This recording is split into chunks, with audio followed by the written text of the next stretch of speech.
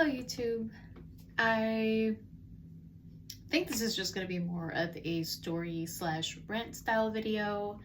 I think that every time I try to sort of gather my thoughts and make them more concise and kind of make more sense, they don't seem to flow as well. And I'm a bit of someone who just kind of likes to talk and things just kind of flow so much easier. So I think that's just what I'm going to do. I'm going to flow and let it all out. So this video is more along the lines of some of the themes that I've been coming across recently. I've been getting a lot of content that is revolving around narcissism and people who deal with narcissists, people like psychopaths, just people who suffer from this type of disorder, if you will. And it got me to thinking about some of the key traits that I found similar in the experiences I have had with people who I think have narcissistic traits, or honestly are narcissists. And I know that that term is kind of a hot topic, word right now, because I feel like everywhere you turn, somebody's calling somebody else a narcissist. And it's not, gender specific. It's not just men or just women or, anything like that. I think that this term can really sort of define just traits more or less than, characteristics of like a type of person so much. So it's more or less things that you'll see people exhibit, that you can kind of analyze. And if it's something that shows up often, it could be a good indicator that maybe they have narcissistic traits. If they have a lot of things that are under the umbrella of narcissism, then I think you're kind of getting into the narcissist territory where they're just full on, And one of the traits that I wanted to talk about today, which was the most prominent that I would see and kind of what I should have paid attention to, but hindsight is 2020, and I didn't have that back then. I think when I experienced this with, one particular person, but just people in general, now that I look back at it, it's so obvious to me, but it wasn't back then.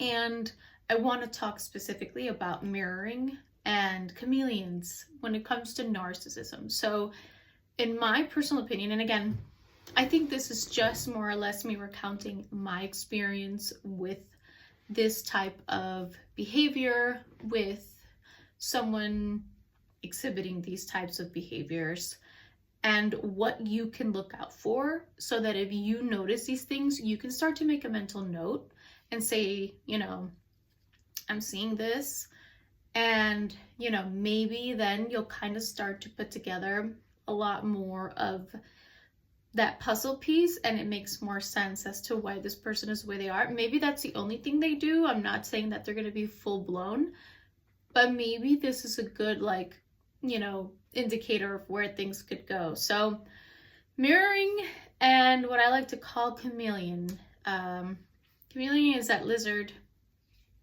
reptile, pardon me, I don't know the specific, but who blends into their atmosphere, right? It's a defense mechanism to protect itself, right? To blend into its scenery so that it looks like what it's around, and a lot of times it's a defense mechanism to protect itself, right? So that a predator doesn't come and attacks it or takes it, or Now, how it shows up in people, and I'm going to talk specifically from what I've seen people close to me, or that were close to me at this point, very, very far away, but people that I saw specifically where I now can say they were mirroring. So we're going to call this person X. So person X was someone that when I met them was very charming, which again, that's kind of like almost like number one, right? They're always so charming. They're always going to be so nice, so charming. Everything is like, yes, you know what I mean? They open your door for you, or they'll always call you first, or they'll text you first. It's just always really, really charming, right?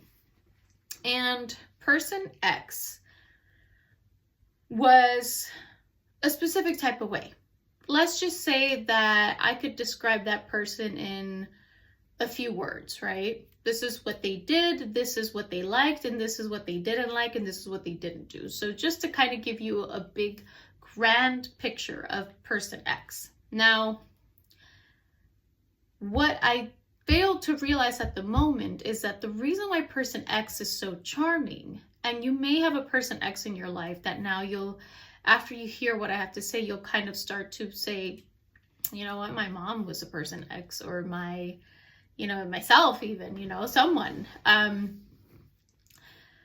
We would have a lot of instances where, let's say, we met a new person, and this new person was in love with astrology, right? Let's just say astrology, right? They loved astrology.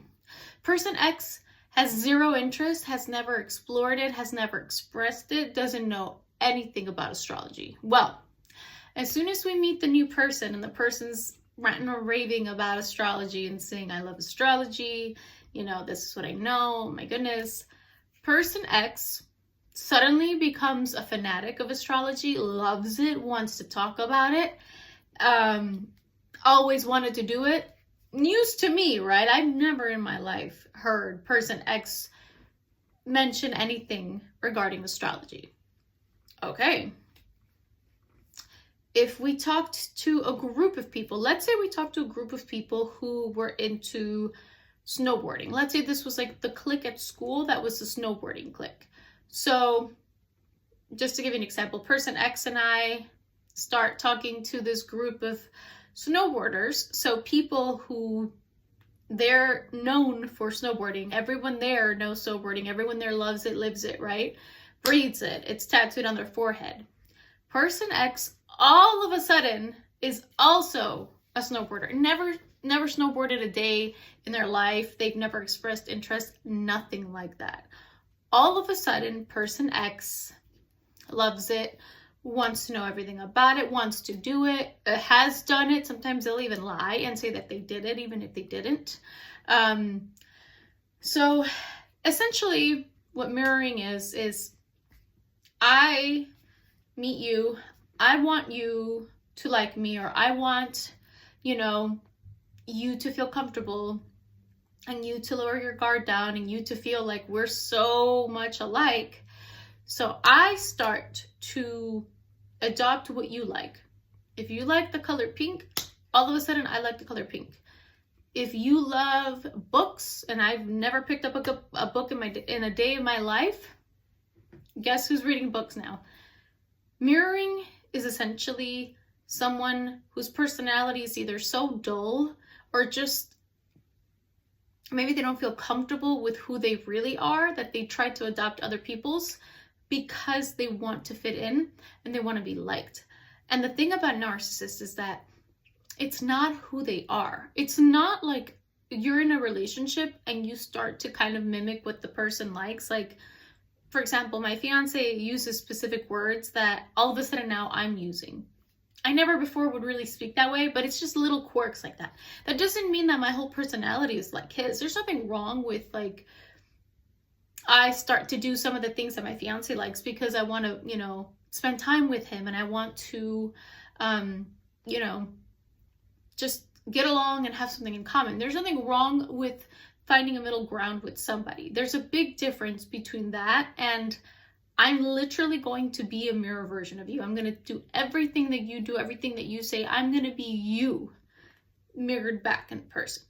So what you have to be careful with, and again, there's a fine line between I want to show interest in my partner or my best friend or my sibling, so I'm going to do what they like, versus a narcissist wanting to manipulate somebody and taking that person's interest and what they are and who they are and then just adopting that.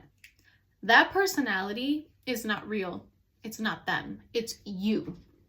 And you have to be very careful because at first it seems so charming. At first it seems amazing. And if you're a little bit like, oh my goodness, it's a sign, type of person, where let's say you meet this person and they start to behave like you and you're like, wow, we were meant to be because this person's just like me.